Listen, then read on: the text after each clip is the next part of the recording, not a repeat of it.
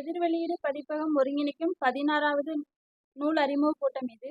இன்று நாம் அறிமுகப்படுத்த உள்ள இரு நூல்கள் பிறல் நாவல், ஆசிரியர் நிஜந்தன். நெற்றியில் தழும்பில்லாத பெண் சிறுகதைகள், ஆசிரியர் ரமேஷ் ரக்ஷன். இந்நூல் அறிமுக கூட்டத்திற்கு வருகை தந்திருக்கும் வாசகர்கள் மற்றும் தோழர் செந்தில்குமரன், எழுத்தாளர்கள் ரமேஷ் ரக்ஷன், லட்சுமிஹர் ஆகியோரை அன்புடன் வரவேற்கிறோம். முதலாவதாக பிறல் நூல் குறித்து தோழர் செந்தில்குமரன் பேச உள்ளார். கோவையை வசிப்பிடமாக கொண்டுள்ள செந்தில்குமரன் திண்டுக்கல்லில் உள்ள SSM தனியார் கல்லூரியில் முதல்வராக பணியாற்றி வருகிறார். இவர் தீவிர இடதுசாரி சிந்தனையாளராகவும் பூவுலகின் நண்பர்கள் அமைப்பை உருவாக்கியவர்களில் முதன்மையானவராகவும் அறியப்படுபவர். மாணவர்களின் மேல் மிகுந்த கரிசனம் கொண்டு இயங்கும் தோழர் செந்தில்குமரன் பல்லாயிரக்கணக்கான மாணவர்களின் கல்வி மற்றும் வளர்ச்சியில் வழிகாட்டியாக இருந்து வருகிறார். இனி தோழர் செந்தில்குமரன் அவர்களை பிறல் நாவல் குறித்து உரையாட அன்புடன் அழைக்கிறோம். அனைவருக்கும் வணக்கம். ஒரு சின்ன அறிமுகத்தோடு நான் இந்த உரை தொடங்கலாம் என்று நினைக்கிறேன். எதிர்வெளியீடோடு நான் நீண்ட காலம் ஒரு பயணிக்கிறவன், ஒரு வாசகனாக. அவர்களுடைய நூல் தேர்வு, அவர் என்ன மாதிரி பரிணாமத்தில் வளர்ந்திருக்கிறார்கள் என்பதை நான் பக்கத்திலிருந்து பார்த்திருக்கிறேன். அந்த விதத்தில் அவர்கள் செய்கின்ற நூல்களை பற்றி கிட்டத்தட்ட எல்லா நூல்களையுமே நான் பார்ப்பதுண்டு, அதை பற்றி அவரிடம் பேசுவதுண்டு. அப்போ திருப்பூர் புத்தக கண்காட்சியில நானும் துளசினியும் ரொம்ப நாளைக்கு அப்புறம் நாங்கள் பேசிட்டு இருந்தோம். இந்த நூலை பற்றியும் பேசுறாரு. திரும்பி போய் நான் அந்த நூலை எடுத்து பார்த்தேன். அது எனக்கு வாசிக்க பயமா இருந்தது. நான் இருந்த மனநிலை. ரெண்டாவது, நான் கொஞ்சம் டைம் எடுத்துக்குவேன் இந்த மாதிரி நாவல்கள் படிக்கிறது. படிக்காம வச்சிருந்தேன். என்னை பார்க்க வர்ற ஒவ்வொருத்தருக்கும் ஏதாவது ஒரு நூல் கொடுக்குறது என்னுடைய பழக்கம். ஒரு 3 முறை இதை எடுத்துட்டு யாருக்கும் நான் கொடுக்கல, திருப்பி வச்சுட்டேன். ஆனால் அந்த இடைவெளியில தான் நிஜந்தன் நம்ம விட்டு பிரிந்த அந்த செய்தி வந்தது. அதுக்கப்புறம் அதை பற்றிய பதிவுகளை எல்லாம் பார்த்து கொண்டிருந்தேன். அதுக்கப்புறம் திடீர்னு ஒரு நாள் அனுப்பிச்சு சொன்னாரு, நீங்க அதை ரெவ்யூ பண்ணுங்க. என்னோட ரெவ்யூ எல்லாமே இங்க இல்லை, அங்கே கீழே உட்காந்துதான் ரெவ்யூ. இது வரலாம் நான் பண்ணியிருக்க ரெவ்யூ எல்லாமே சுற்றி உட்காந்து பண்ணினதான் ரெவ்யூ. முறைப்படி இப்படி ஒரு ஸ்ட்ரக்சர்டா ஒரு ரெவ்யூ பண்ணணும்னு நான் நினைக்கல. பட் அது மாதிரி ஒரு ஃபார்ம் வந்திருக்கு. இதை வந்து ரொம்ப நாள் நான் பேசணும்னு நினைச்சிட்டு இருந்த ஒரு விஷயத்த இந்த நாவல் வழியா, இந்த ரெவ்யூ வழியா நான் பேசுறேன்னு தான் நீங்க எடுத்துக்கணும். கிட்டத்தட்ட ஒரு 5 தலைமுறைகளோடு பயணித்த ஒரு பெரிய வாய்ப்பை இயற்கை எனக்கு வழங்கியிருக்கிறது. எங்க அம்மாவோட தாத்தால இருந்து இப்போ என்னோட பேர குழந்தைகள்னு சொல்லக்கூடிய இப்போ நிஜந்தன், எனக்கு ஒரு மகன் இருந்திருந்தால் நிஜந்தன் வயது, அப்படிதான் சொல்லணும். ஸோ அப்போ அடுத்த ஜென்ரேஷனோடவும் இப்போ தொடர்பு இருக்கிற எங்கிட்ட வேலை செய்யறவங்க எல்லாருமே அந்த மாதிரி இருக்காங்க. மாணவர்கள் மட்டும் இல்லாமல் இது இருக்கு. இவங்ககிட்ட நான் தொடர்ந்து பேசணும்னு நினைச்ச ஒரு விஷயத்த தான் இந்த நாவல் வழியா நான் பேசுறேன். இதை 4 பகுதியாக பிரிச்சிருக்கேன். கான்செப்சுவலா இதை வந்து இந்த கண்டென்ட்டை எப்படி புரிஞ்சுக்கிறது அப்படின்னு, உண்மையான நிலைமை எப்படி இருக்கு, நிஜந்தன் என்ன பண்ணியிருக்கு அப்படி, இதில் அவரோட கண்டென்ட் எப்படி இருக்கு, அதில் அவர் என்னென்ன உணர்ச்சிகளை வந்து பதிவு பண்ணியிருக்கு அப்படிங்கிறது. 5வது ஒன்று வச்சிருக்கேன், அது ஹோம் ஒர்க். என்னன்னா ஒவ்வொரு பேஜ்லையும் ஒவ்வொரு சாப்டர்லையும் அந்த யூனிவர்சல் ட்ரூத்ன்ற விஷயத்த அவர் பதிவு பண்ணிட்டு போறாரு. அதை நீங்க எல்லா நூல்களையும் நீங்க பார்க்க முடியும். என்னுடைய பொதுவான அணுகுமுறையில ஒரு புக்கை நீங்க இப்படி ஓப்பன் பண்ணி பார்த்தீங்கன்னா அதுல ஏதோ ஒரு வரி உங்களுக்காக எழுதப்பட்டதாக, அந்த மாதிரி வரிகள் இருக்கு அதுல. ஒவ்வொரு சின்ன சின்ன சாப்டர்ஸா இருந்தாலும் 104 பக்கம்னாலும் அதுல இருக்கு. அதை நான் உங்ககிட்ட விட்டுறேன். இது வந்து பியூர்லி என்னோட அனுபவம், நான் சேகரித்த விஷயங்களை தான் நான் சொல்லிட்டு தான் போறேன். என்ன குழந்தைங்களோட இருந்திருக்கேன், அவங்களோட என்ன பண்றாங்கிறத பார்த்துருக்கேன். அது தான் நான் ஷேர் பண்ண போறேன். புதுசா ஒன்றும் இல்லை. முதல்ல வந்து வார்த்தைகள் தான் முக்கியம் நம்ம ஒரு விஷயத்த புரிஞ்சுக்கிறதுக்கு. அப்படி 2 வார்த்தைகள் வந்து பார்க்கும்போது இந்த கான்டெக்ஸ்டோட பார்த்தீங்கன்னா ப்ராக்சிமிட்டி அண்ட் ஆப்பர்ச்சுனிட்டிங்கிற 2 வார்த்தை. நான் பைலிங்குவலாக இருக்கிறதுக்கு மன்னிக்கணும். நான் வந்து கம்ஃபர்டபுளான ஃபார்ம் புரியணுன்றதுக்காக நான் போகிறேன். அந்த ஒரு ஒரு ஒரு சூழலுக்குள்ள போறதுக்கான உங்களுக்கு அந்த அண்மை, அருகாண்மை, அது கிடைக்கலன்னா அது நீங்க உங்களுக்கு ஆப்பர்ச்சுனிட்டி பற்றி பேச முடியாது. ஸோ அப்படி ப்ராக்சிமிட்டி ஒன்று கிடைக்குது. ப்ராக்சிமிட்டியை உருவாக்க நம்ம ட்ரை பண்ணுவோம். ஒன்று நம்ம விரும்புகிறோம் அப்படின்னா அந்த ப்ராக்சிமிட்டியை உருவாக்க ட்ரை பண்ணுவோம். அந்த ப்ராக்சிமிட்டிக்குள்ள நுழைய ட்ரை பண்ணுவோம். அந்த ப்ராக்சிமிட்டி எங்கே இருக்கோ அதை கிட்ட போய் கனெக்ட் பண்ண பார்ப்போம். ப்ராக்சிமிட்டி கிட்ட ஏன் போறோம்னா அப்பதான் ஆப்பர்ச்சுனிட்டியை கெயின் பண்ண முடியும். ரைட். இப்போ வந்து டெய்லி வந்து கேர்ள்ஸ் ஸ்கூல் வாசல்ல நாங்க 10th ஸ்டாண்டர்ட் படிச்ச பசங்க 12th ஸ்டாண்டர்ட் படிச்ச பசங்க போய் நிக்கிறான்னா அது ப்ராக்சிமிட்டி. அங்கிருந்து தான் ஃபாலோ பண்ற ஆப்பர்ச்சுனிட்டி அவன் எடுக்கிறான், அப்புறம் பேசுறான், லெட்டர் கொடுக்குறான். இதெல்லாம் இது இப்படி புரிஞ்சுக்கலாம். நம்ம எல்லாத்துக்குமே இது பொருந்தும். நான் சொல்ற விஷயங்கள் கான்செப்டுவலா பொருந்தும். முதல்ல நீங்க அந்த ப்ராக்சிமிட்டிக்குள்ள பக்கத்துல போனீங்கன்னா, ப்ராக்சிமிட்டிக்குள்ள போனீங்கன்னா ஆப்பர்ச்சுனிட்டியை கிரியேட் பண்ண முடியும். ஸோ இப்போ இதுல தான் வந்து யார் வல்னரபிள்னா வந்து இறை, யார் வந்து இரையாகக்கூடியவர்கள், யார் பலியாகக்கூடியவர்கள் அப்படிங்கிறது. இது நான் ஆண் பெண் ரெண்டையுமே நான் பிரிச்சு பார்க்கல, ரெண்டையும் ஒன்றா தான் பார்க்குறேன். ஒரு ஆணுக்குள்ள பெண் இருக்கிறதாகவும் பெண்ணுக்குள்ள ஆண் இருக்கிறதாகவும் தான் நிஜம். அப்போ வல்னரபிள் யாரா வேணாலும் இருக்கலாம். மீ டூ வந்தபோது நான் முதல்ல எல்லாத்தையும் சொன்னது, ஒவ்வொரு ஆணும் சொல்லிக்கொள்ள வேண்டியது மீ டூன்னு நான் சொன்னேன். அதை யாரும் பெருசா ரசிக்கல. அது ஆண் மட்டும் கிடையாது, பெண்ணுங்கிறது தான் அதுல இருக்கு. மீ2 அப்படின்னா நாம என்ன பண்ணிருக்கோம்? இப்போ நீங்க அந்த முன்னால இதுக்கு போய் பாருங்க. ப்ராக்சிமிட்டி இருக்கா? ப்ராக்சிமிட்டியில் ப்ராக்சிமிட்டியும் கிடைச்சி ஆப்பர்ச்சுனிட்டியும் கிடைச்சி வல்னரபிளை எவன் எக்ஸ்ப்ளாய்ட் பண்ணாம இருக்கானோ அவன் தான் மனுஷன். அவன் தான் சுயநினைவோடு இயங்குகிற, 6ஆம் அறிவை பயன்படுத்துகிற, தன்னை கட்டுப்படுத்தி கொண்டிருக்கிற, இல்ல சரியாக செயல்படுத்தி கொண்டிருக்கிற ஒரு விஷயமா பார்க்க முடியும். அதான் அந்த ஒழுங்குன்றது. ஒழுங்கு சரியா இல்லையாங்கிறது அடுத்தது. அப்போ இந்த இடத்துல யோசிச்சு பார்க்கும்போது தான் வந்து அதிகமாக கைக்கிளையும் பெருந்திணையும் பேசப்படுது. இப்போ ரீசெண்டா வந்து ஹர்சோரிஸ்ல ஒரு புக் வந்தது, பெருங்காம பெண்களுக்குன்னு சொல்லி ஒரு ஒரு புக்கு ஒன்று வந்துச்சு. பெருந்திணைக்கு நீங்க எல்லா சிவிலைசேஷன்லையும் பெருந்திணை என்பது ஒரு விஷயமா நான் பார்த்துருக்கேன். இப்போ காம்ப்ளெக்ஸஸ் பற்றி அருளியா மொழிபெயர்த்திருப்பாங்க. என்ன மாதிரி காம்ப்ளெக்ஸஸ் எல்லாம் வரும், எடிபஸ் அந்த மாதிரியான காம்ப்ளெக்ஸ் எல்லாம் வரும்போது, அப்போ பெருந்திணைங்கிறது இந்த மீ2 பெருந்திணை இதெல்லாமே தான் விஷயம். அப்போ இதுல வந்து இப்போ நம்ம மறுபடியும் அடுத்தது பேச வேண்டிய விஷயம் என்னன்னா ஹோமோசெக்சுவாலிட்டி அண்ட் ஹெட்ரோசெக்சுவாலிட்டி. இப்போ இதுல வந்து பார்த்தீங்கன்னா ஒரு 3 கேஸ் ஸ்டடீஸ் மட்டும் நான் சொல்லலான்னு இருக்கேன். எம்ஆர் ராதா வந்து பதிவு பண்ணியிருப்பாரு பாய்ஸ் அண்ட் கம்பெனியில் என்ன நடந்தது, அதெல்லாம் கேர்ஃபுல்லாக சென்சார் பண்ணியிருப்பாங்க. அதை மீறி இப்போ வருது. அதே மாதிரி எனக்கு வந்து எஸ்பொன்னுத்துறை ஒரு தடவை பார்க்குற வாய்ப்பு கிடைச்சது. சிங்கப்பூர்ல இலக்கிய விழா நடத்துவாங்க, தமிழ் இலக்கிய விழா நடத்துவாங்க. எஸ்பொன்னுத்துறை வந்திருந்தார். எஸ்பொன்னுத்துறை மிக புகழப்பட்ட நாவல் வந்து வேள்வி தீன்னு சொல்லுவாங்க, வேள்வி தீ அந்த தலைப்பு. அதுல ஒரு நிகழ்வு, அவர் வந்து மெஷினரியில் வளர்க்கப்பட்டிருப்பாரு, ஆங்கில இலக்கியம் படிச்சிருப்பாரு. அதனால ஒரு பள்ளியில வேலை செய்வார். அந்த பள்ளியில வேலை செய்யும் போது ஒரு பெண்ணுக்கும், படிக்கிற ஒரு பெண்ணுக்கும் அவருக்குமான அந்த ஆசிரியராக, இளம் ஆசிரியராக இருக்கிற அந்த பெண்ணுக்கும் இவருக்கும் அந்த பெண்ணுக்குமான அந்த ஒரு நிகழ்வு, இது எனக்கு உறுத்திக்கிட்டே இருந்துச்சு. நான் படிக்கிறதுனால அதை அக்செப்ட் பண்ண முடியல. அப்போ நேராக அவரை பார்க்கும்போது நான் அவரை கேட்டேன். அது ஒரு தனிமையான சந்தர்ப்பத்தில் நானும் அவரும் பேசுகிற மாதிரி இருந்தது. அப்போ கூட இருந்தது வந்து கனடாமூர்த்தி இருந்தார் கூட. அவரால் தான் அந்த ஆப்பர்ச்சுனிட்டி கிடைச்சது. அப்புறம் பொண்ணுத்துறை இங்கே இருந்தார், பின்னால் வந்து சென்னையில் இருந்தார். அதை நான் சிங்கப்பூரில் பார்க்கும்போது கேட்டேன். அவர் வந்து நான் மூஞ்சிக்கு நேரம் அப்படி கேட்பேன்னு அவர் எதிர்பார்க்கல. அது நடந்தது, எழுதுனேன் அப்படின்னு சொன்னார். இதுதான் பதில். அது நடந்தது, எழுதுனேன் அப்படின்னு சொன்னாரு. ஸோ இதை பற்றி அவருடைய பள்ளிக்கூட நண்பர் ஒருத்தர், அவர் வந்து திருச்சியில் செட்டில் ஆயிருந்தார். அப்போ அவர்கிட்ட பேசும்போது சொன்னாரு, அவர் வந்து நிறைய விஷயங்கள் பகிர்ந்துக்கிட்டார். ஹோமோசெக்சுவாலிட்டி இது பத்தி இப்போ நம்ம சோபாடேவோட நாவல்களில் ஒரு பொண்ணு ரிசர்ச் பண்ணாங்க, அதை நான் ஒருங்கிணைச்சு கொடுத்தேன். அப்போ கேரக்டர்ஸ் போடும்போது இப்போ ஹோமோசெக்சுவாலிட்டி பற்றி வந்தபோது நான் சொன்னேன், ஒய் ஹோமோசெக்சுவாலிட்டி ஐ ஆஸ்க், அதனோட லாங்குவிட்டி என்ன, அது எப்படி இருக்கும். இப்போ ஒரு முக்கியமான ஒரு ஆளை உங்களுக்கு சொல்கிறேன். 21 லெசன்ஸ் ஃபார் 21st செஞ்சுரி ஒரு புக்கு இங்கே இருக்கும், 21ஆம் நூற்றாண்டிற்கான. இல்லை, நோவா ஹுராரியோடது.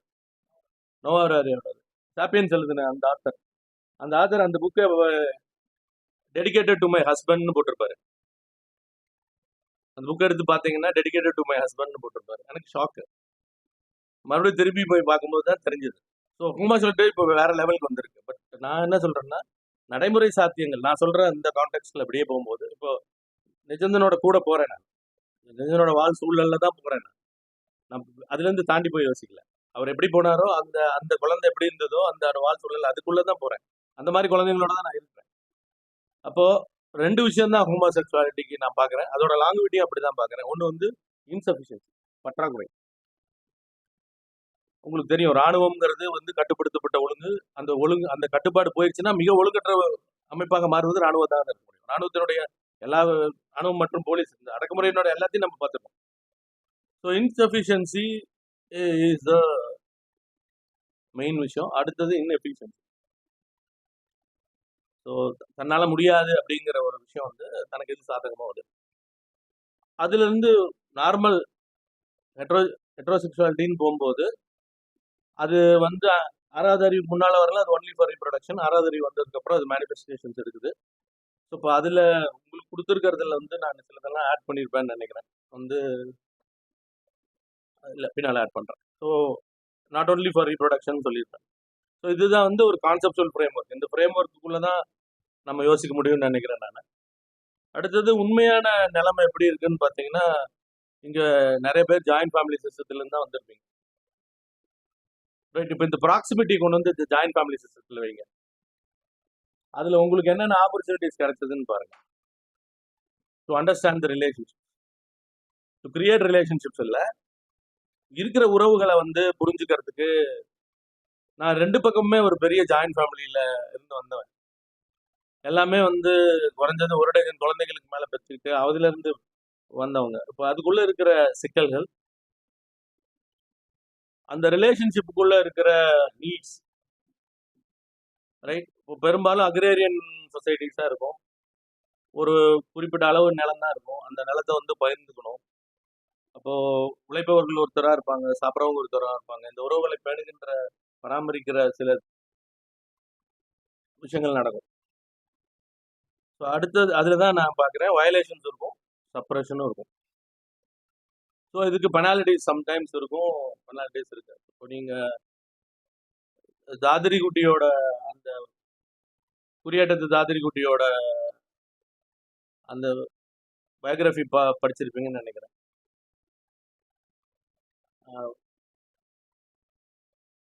படிச்சிருப்பீங்களா இல்லைண்ணா? எம்ஜிஆர் எல்லாத்துக்கும் தெரியும் இல்லையா? MG stands for Maruthur Gopala Menon Ramachandran. இந்த மருதூர் கோபால மேனன் ராமச்சந்திரன் வந்து அவங்க அப்பா மருதூர் கோபால மேனன் வந்து ஒரு குற்றவாளியா அறிவிக்கப்படுறாரு. குறியேட்டத்து தாதிரிக்குட்டி கேஸ்ல 60 குற்றவாளிகள்ல ஒரு குற்றவாளியா வந்து சொல்லப்படுகிறார். ஒரு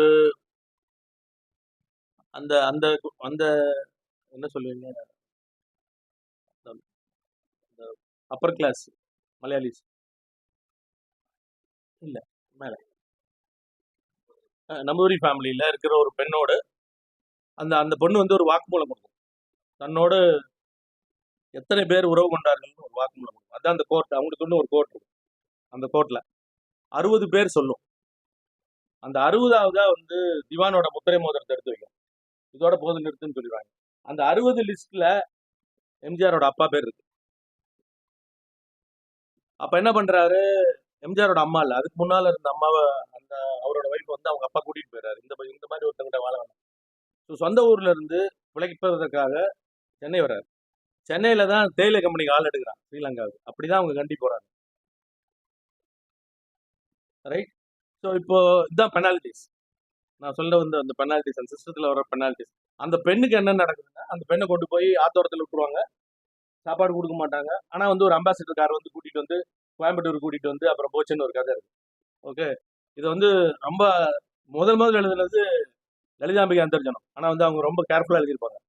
ஆனால் அது ரொம்ப சிறப்பாக வந்து நம்ம NCBH நடத்துகிற இதழில் வந்து அண்ணன் சுமார் எழுதினார். ஸோ இது பெனால்டிஸ். இப்போ வந்து நம்ம ஜாயின்ட் ஃபேமிலி சிஸ்டம்ல இருந்து நியூக்ளியர் ஃபேமிலிக்கு வந்துட்டோம் இல்லையா?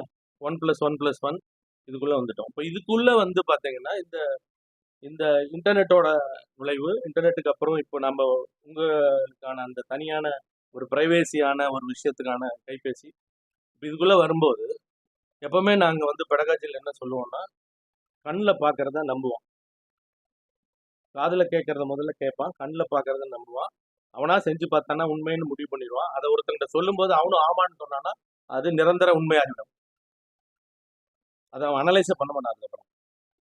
ஸோ இப்போ வரதெல்லாம் பார்த்தீங்கன்னா, எக்ஸஸஸ் எல்லாமே நார்மல்ஸ்ன்னு போயிட்டு இருக்கு. அதுல 2 மட்டும் சொல்றேன்.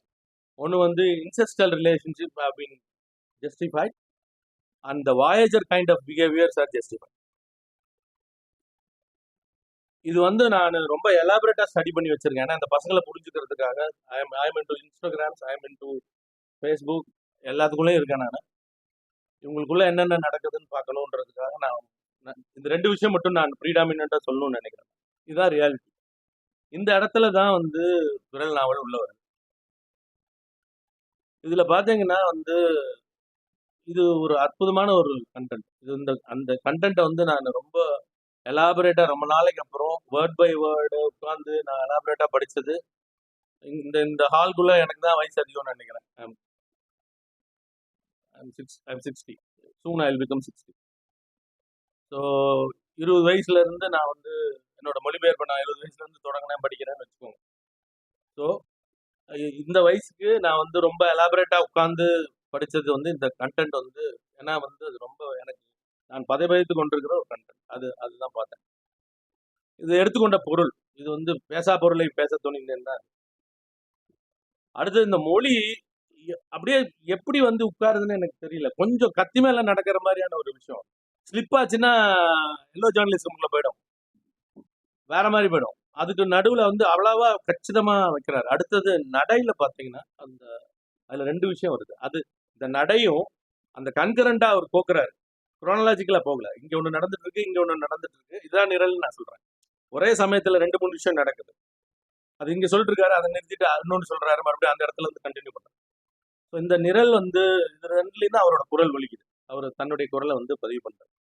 ஸோ இப்போ இந்த பதிவு மூலமா ஒரு தீர்வை தேட ட்ரை பண்றாரு. இதுல இருந்து வெளியே போக முடியுமா அப்படின்னு ட்ரை பண்றாரு. நான் அதுல தப்பா வந்து நீட்சின்னு போட்டிருக்கோம். அது மீட்சி. கடைசியா வந்து அதுல இருந்து மீள ட்ரை பண்றாரு, மீண்டுட்டாருன்னு தான் நினைக்கிறேன் நான் நடைமுறை உண்மைகளை வச்சு பார்க்கும்பொழுது. ஸோ இது 3வதா நான் சொல்லணும்னு நினைச்சது. 4வது வந்து அடிப்படையில அவர் அந்த என்ன கொஸ்டினை ரைஸ் பண்றாருன்னா, நான் யாரு? அது எங்கிருந்து வருது அப்படின்னா, நீ குற்றவாளி, நீ தப்பு செய்தவன். இப்போ தொடர்ந்து நான் பார்க்குற எல்லா இடத்துலையுமே வந்து குற்ற உணர்ச்சியும் மன்னிப்பும் தான் எல்லாத்துக்குமே அடிப்படை பாட்டம் லைன்ஸா நிக்குது.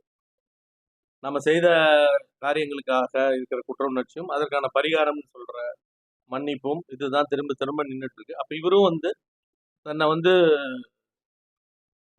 அந்த குற்ற உணர்ச்சியிலிருந்து வெளியே எடுக்கிறதுக்காக தான் அதே மாதிரி அவரோட உள்ள இருந்து அந்த திரும்ப திரும்ப ஒலித்து கொண்டிருக்கிற குரல் வந்து இங்கிருந்து போயிடு, இங்கிருந்து போயிடுங்கிற ஒரு விஷயம். அந்த ஒரு பேலன்ஸ் பண்ண முடியாம இருக்கிற ஒரு பரிதவிப்பு. அதுல ரொம்ப நுட்பமான விஷயம் வந்து அவரோட அந்த வாசனை ஒன்று பேசுவார். அந்த வாசனை அது எல்லாமே வந்து இதுல இருக்கிற நிறைய விஷயங்கள் வந்து நான் ஏதோ ஒரு விதத்துல எங்கேயோ தொட்டுட்டு போயிருக்கிறேன் என்னோட லைஃப்ல இருந்தா நினைக்கிறேன் நான். அதே மாதிரி காதல் என்கிற ஒரு விஷயம் மீறி அது காமமாக போகிற விஷயம். இது எல்லாத்துல இருந்தும் அவர் வந்து திரும்பவும் எங்க வர்றாருன்னா ஒரு எக்ஸிட் மோடுக்கு தான் வர்றாரு. அந்த எக்ஸிட் தான் அந்த விஷயம். ஸோ இது போக ஒவ்வொரு சாப்டர்லயுமே வந்து அவர் நிறைய இந்த நான் சொன்ன மாதிரி யுனிவர்சல் ட்ரூத்துங்கிற மாதிரி விஷயங்களை வந்து பதிவு பண்ணிட்டு போயிருக்காரு. ஸோ அந்த விதத்துல வந்து இதை முன்வைத்து சில விஷயங்கள் நான் உங்கள்கிட்ட சொல்லியிருக்கேன். உங்களோட கேள்விகளுக்காக நான் காத்திருக்கேன். நன்றி, வணக்கம். துணிச்சல் இருக்கிற ஒரு உயிர். இதுல மௌனமாக்கப்பட்ட எவ்வளவோ விஷயங்கள் இருக்கு. ரைட்? இப்போ I can tell my own story at the ages. How I have been suppress இந்த ஜாயின்ட் ஃபேமிலி சிஸ்டம், இந்த எஜுகேஷன் சிஸ்டம் இதே சிமிலரா. அதனால நான் எல்லாத்தையும் அப்டிராக்டா சொல்லிட்டு போறேன். நீங்க எனக்கு இந்த இடத்துல நீங்க கேட்டீங்கன்னா நான் இதில் எலாபரேட்.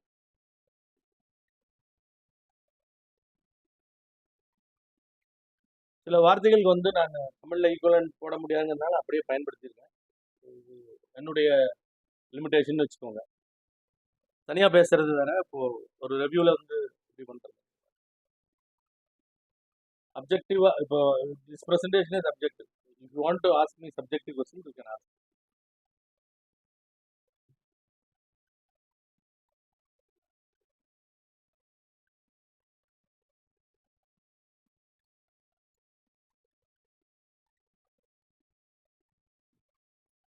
நன்றி.